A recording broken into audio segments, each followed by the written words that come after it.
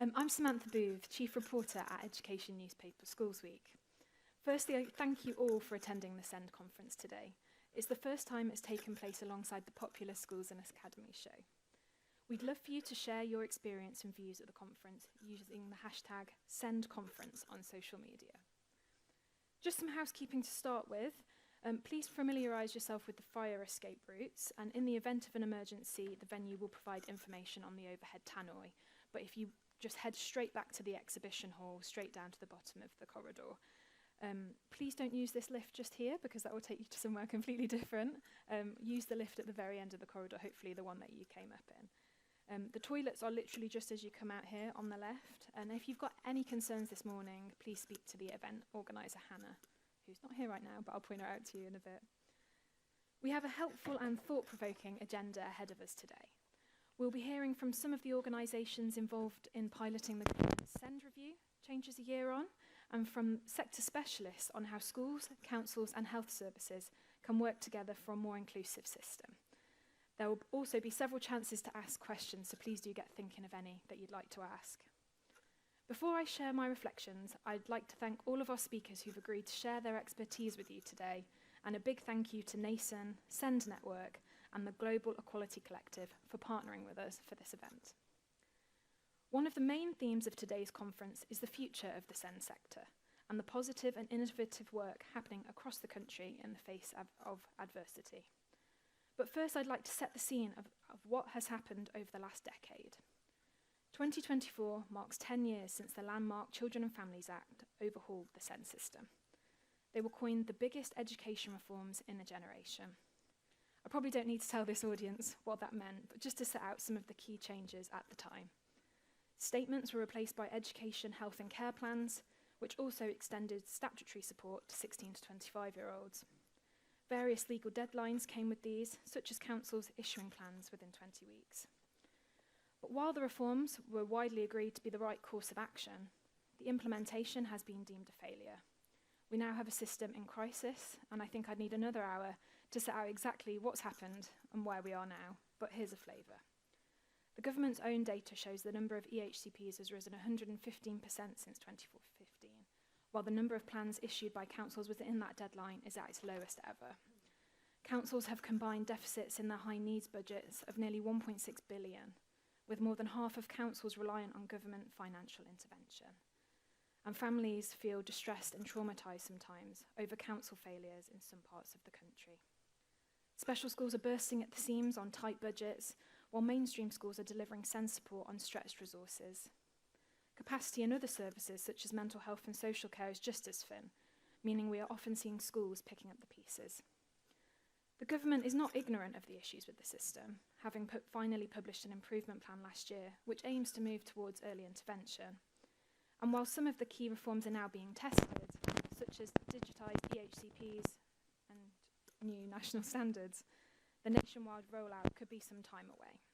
But the sector is desperate for change. When we speak to school leaders, the SEND system is often one of the biggest issues they raise, and each one may actually have different solutions to the problem.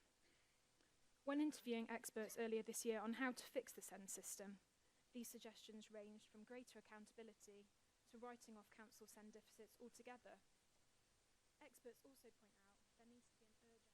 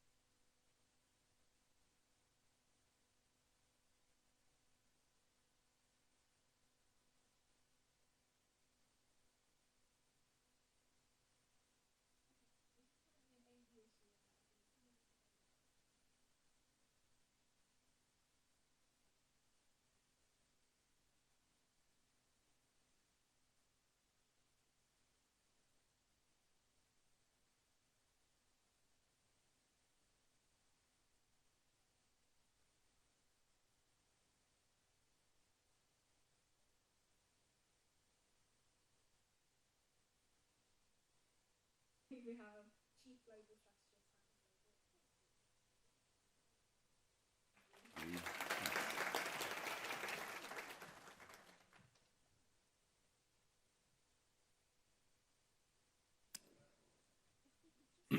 5 minutes now, just to briefly introduce each other. If I could start with you, Gary.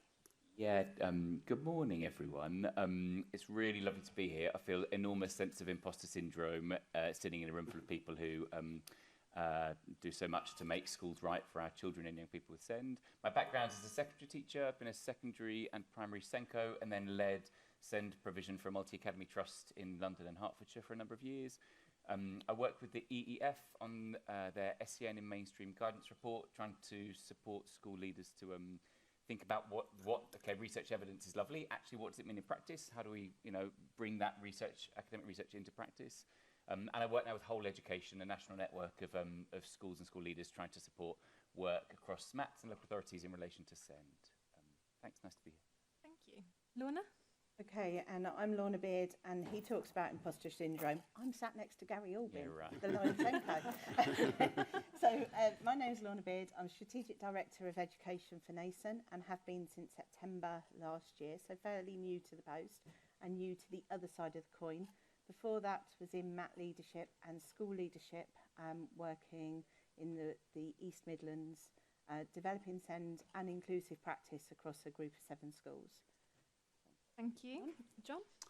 Good morning, everyone, and I'm going to extend the theme of imposter syndrome and say I'm just a head teacher. These colleagues around me in terms of sort of national views and perspectives, certainly much more learned than I am. My name's John Riley. I'm principal at Addington Valley Academy. It's a special school in Croydon in South London.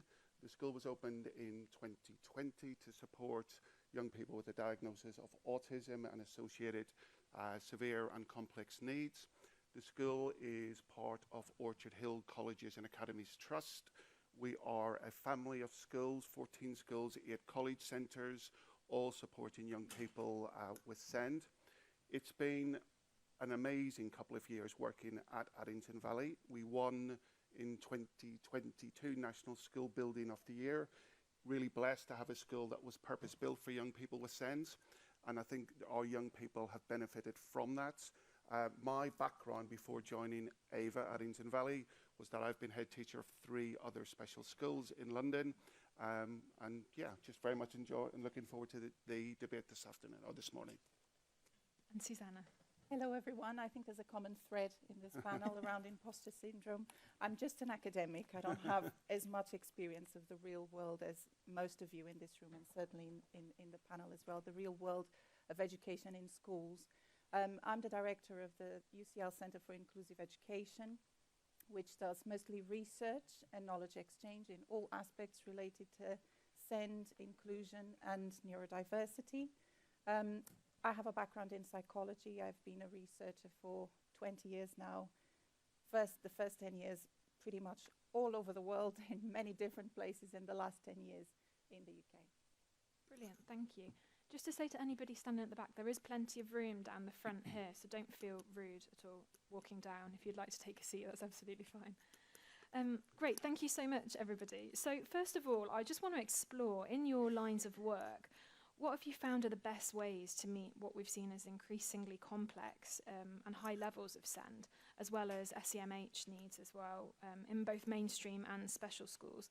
Perhaps, Gary, if you'd be happy to start on this? Yeah, of course, yeah. So the first thing to say is just an acknowledgement that it's incredibly tricky at the moment. I mean, if I ask, in the room, are there more children with SEND, if you're working in a mainstream setting, more children with SEND than there were X number of years ago? I imagine a lot of nods, and more children with more complex needs in all settings. So I don't underestimate the challenge. I see that the government's plan was to open 33 new special schools, and even that is, it's been delayed, I believe. But if we think I don't know the exact number, there's about 25,000 schools in England, I think. Opening 33 special schools feels like scratching the surface. I don't think the answer is, therefore, open 5,000 special schools. I think the answer is every single school having to operate slightly differently, understanding that being an inclusive school and meeting the needs of their local community is probably a bit different to that which it was 10, 20 years ago. And I think it's very, whilst the challenge is absolutely real, and it'd be daft of me not to say things are harder than they were, very aware of that.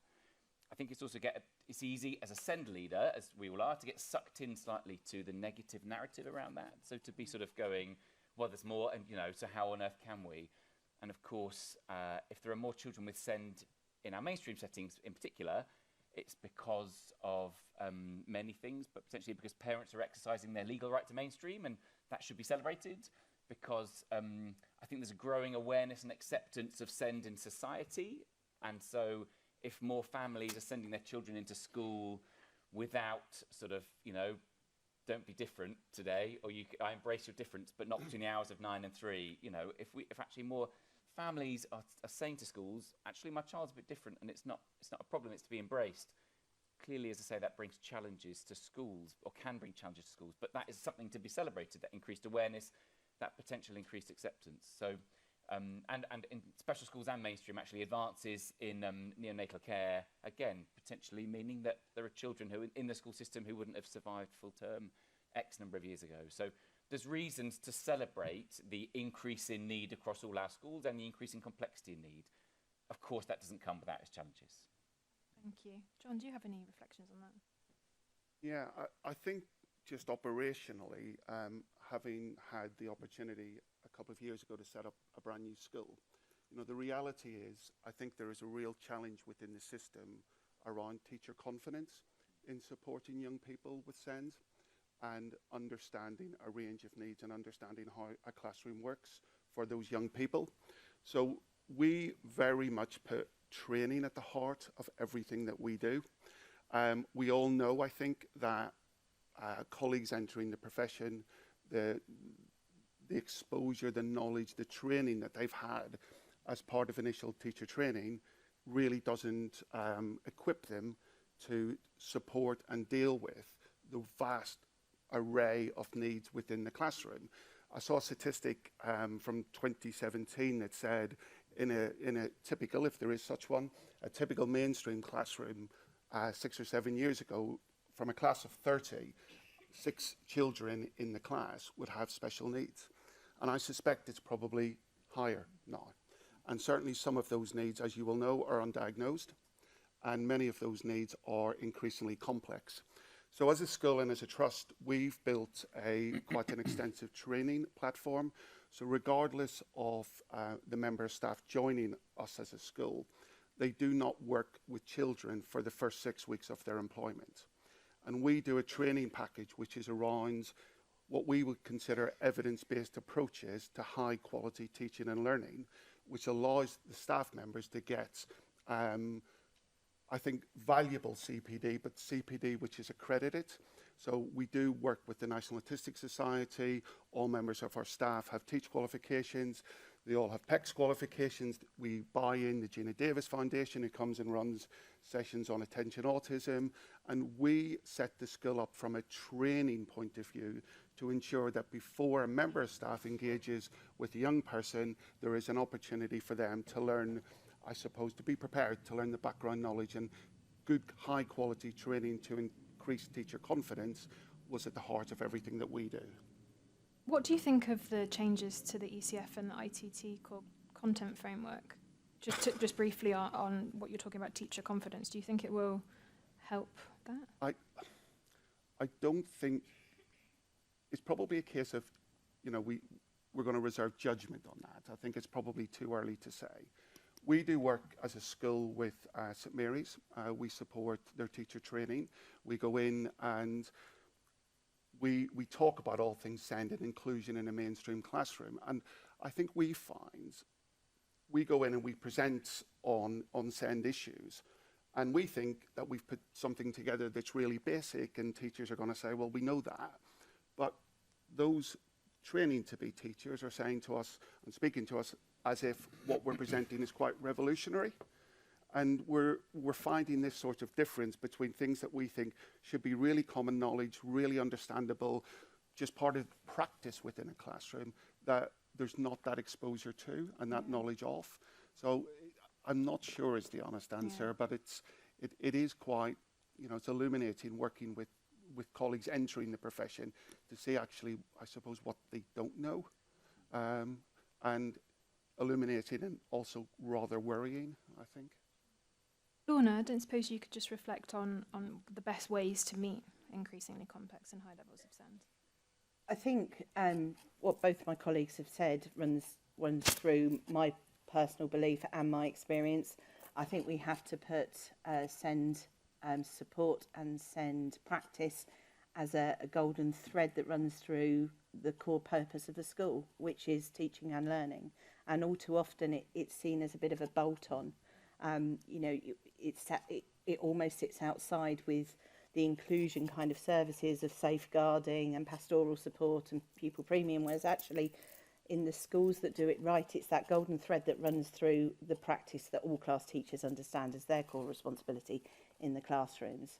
And that allows the capacity then for people like the SENCOs and the support services within the school to then pick up those that are finding things difficult.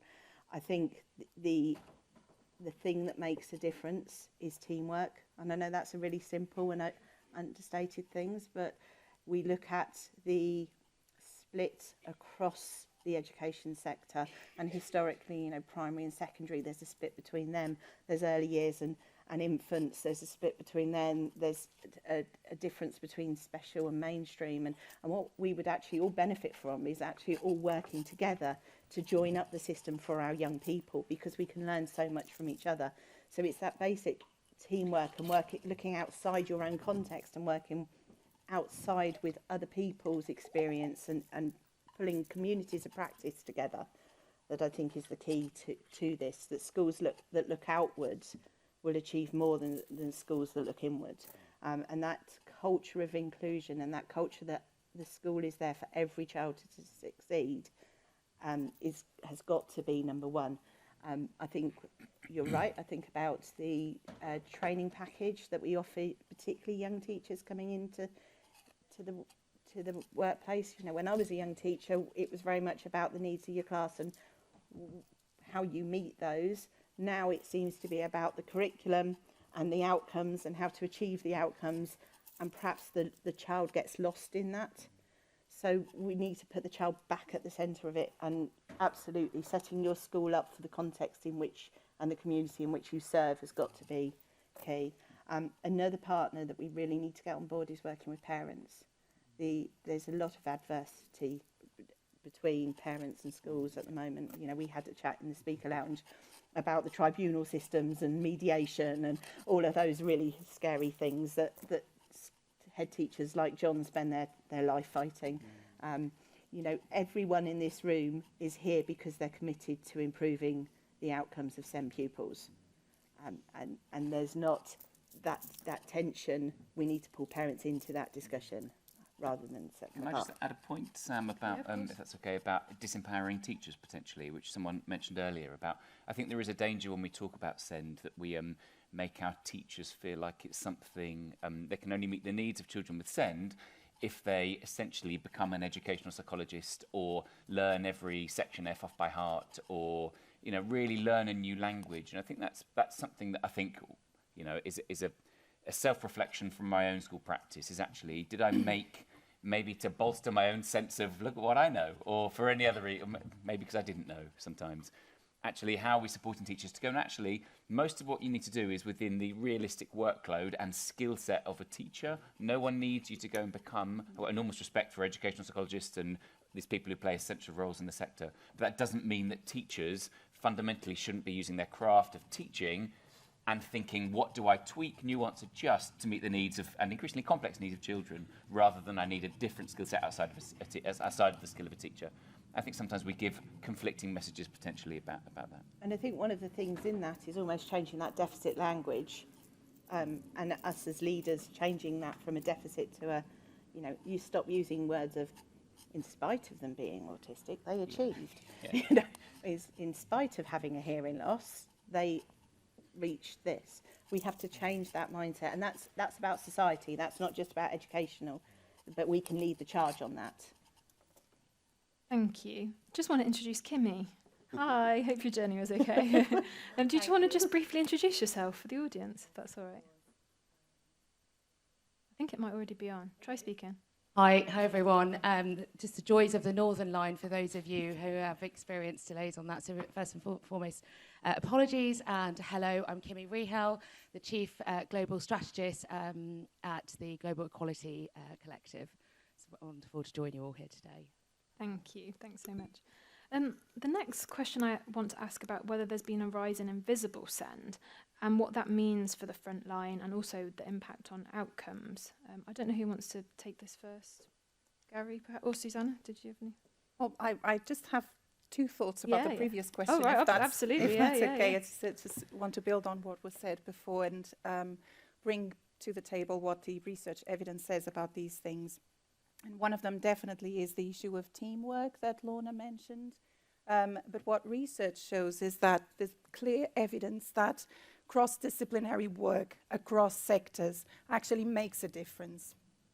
And there's different ways of doing cross-disciplinary work. You can, in research, we call it multidisciplinary, interdisciplinary, or transdisciplinary. So if you really want to make a difference and collaborate with other sectors, and we're talking about health, education, and social care, that actually requires that you do some role release, that you actually pass on your skills to other professionals and have a true collaboration.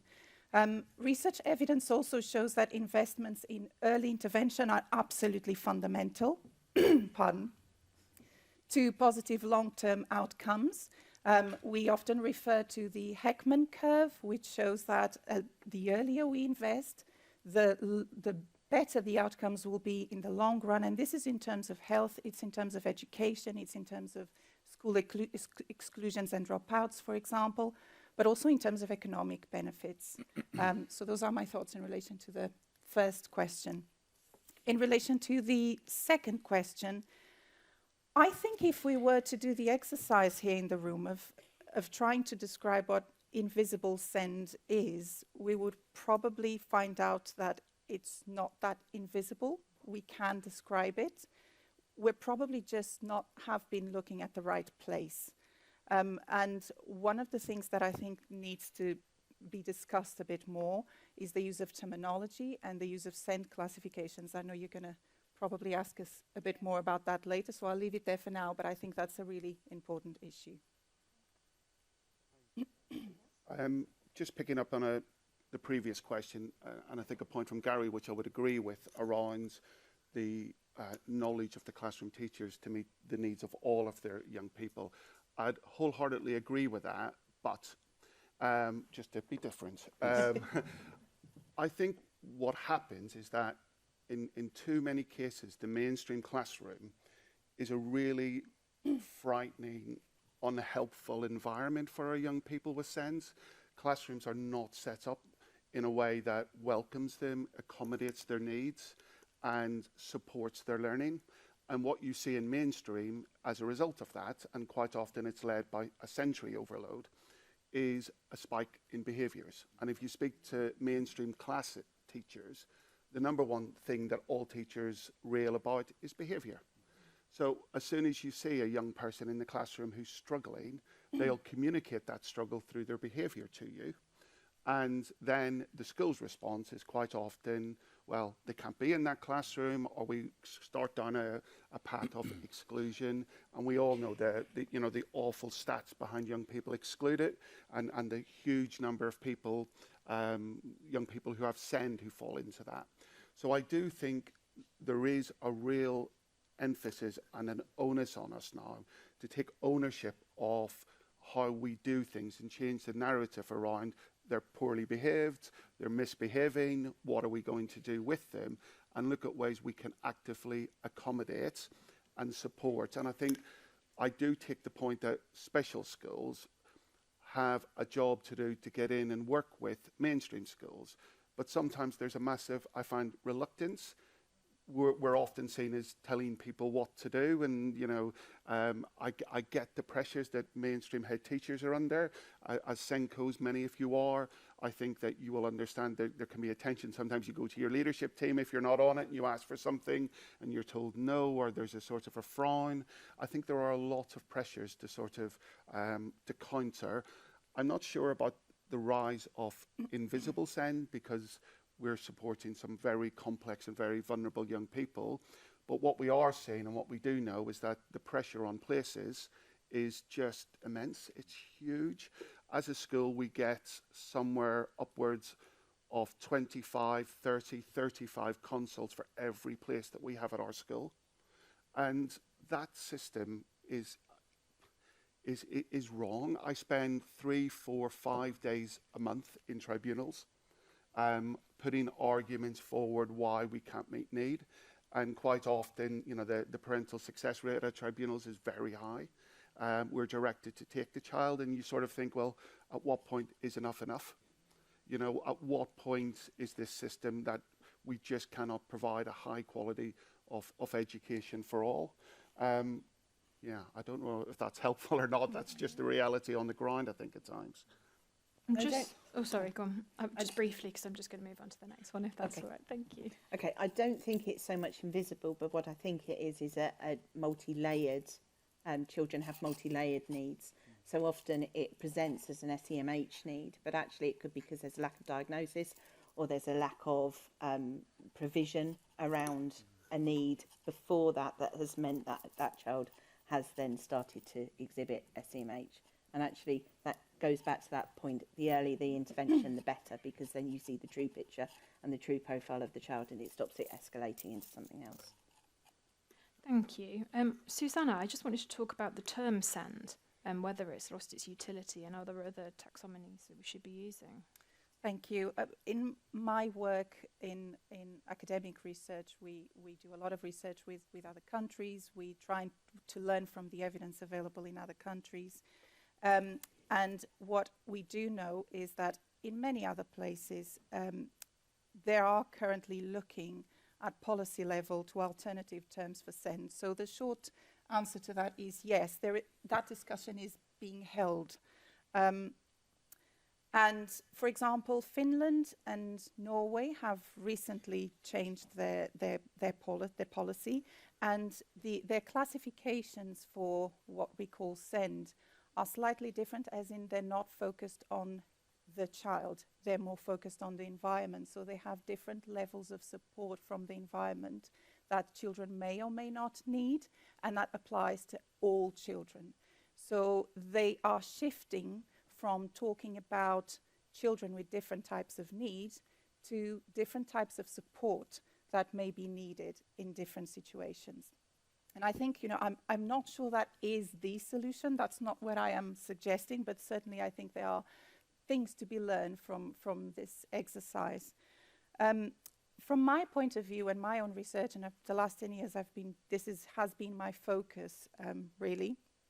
There are some other classification systems around the world. One of them has actually been endorsed by the World Health Organization. It's the ICF, which stands for International Classification of Functioning, Disability and Health. I'm not going to go into much detail about that, but what I can tell you is that that system has been endorsed by law in many other countries. And the main difference is that it focuses on participation and engagement in everyday life. So what some other countries have done is that they look at how children participate in everyday life, in their daily routines, and they look at clusters of participation. And this relates to, you know, everyday life demands like dressing, playing, reading, doing domestic chores, but also aspects of the environment, the support of the family, the support of the school, etc. And there's a proper taxonomy to describe all these issues. And children are allocated to different support services depending on their pattern of participation, need, or strength, because it highlights the strengths as well, which I think is quite powerful, rather than on a specific diagnosis. And I just want to end with this. I know diagnosis is really important and can be really important, particularly for identity issues. But often is not sufficient. And all of us who have worked with children with special educational needs know that there are coexisting needs most of the times, and that children have multiple diagnoses most of the times, and that there is a large group of children who actually we cannot diagnose because the needs are so complex and there's so many layers. And so for intervention purposes, what the evidence shows, and I'm just talking from an evidence point of view, focusing on the type of need within the child /label/diagnosis may not be very helpful. So I think this is a discussion that we need to continue to have. And these classifications are also lend themselves better to cross-disciplinary work. And we are currently trialing that with one local authority. And hopefully we'll be able to share some results soon. Thank you. Kimmy, I just wanted to ask about looking forward. How can services plan for the long term at the moment in the kind of adversarial situation that we're in, and also with a potential change in government possibly later this year? Can everyone hear me okay? Yes, great. I think one thing I really want to focus on is kind of strategic alliances and how important it really is to involve, not just possibly other school leaders, but actually thinking about whether that's charity, that's kind of social enterprises, and actually how they can become more involved.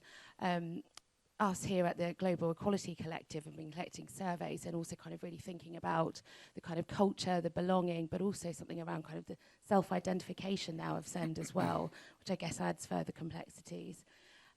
So really, I just think for us, it's thinking about actually how else can we partner with others and think kind of quite creatively. And that doesn't necessarily need to be kind of funding related, as we know there's such a strain at the moment. Thank you. I'm just going to open it up to Q&A now, if that's all right. So we've got 10 minutes left. So if you could just please put your hands up. Hannah has got a mic and she will bring it over. And please only ask the question once you've got the mic. If you just go to this gentleman down here first. I'm going to take 2 at a time, if that's all right. So keep your hand raised if you do have a question. Hello, I'm Chair of Governors of a small infant school in Derbyshire. But I also work with, on my professional role, with all types of schools across the area. One of the things which, and part of this may well be terminology, but actually, even with the special schools I've worked with, a large number of people who are working with our SEN kids are not professional teachers, they are teaching assistants. And if I look at the teaching assistants in my infant school, a lot of them were appointed to help put up signage in the classroom, etc., and tidy up after the they didn't have the skills initially to work with some of our most severe.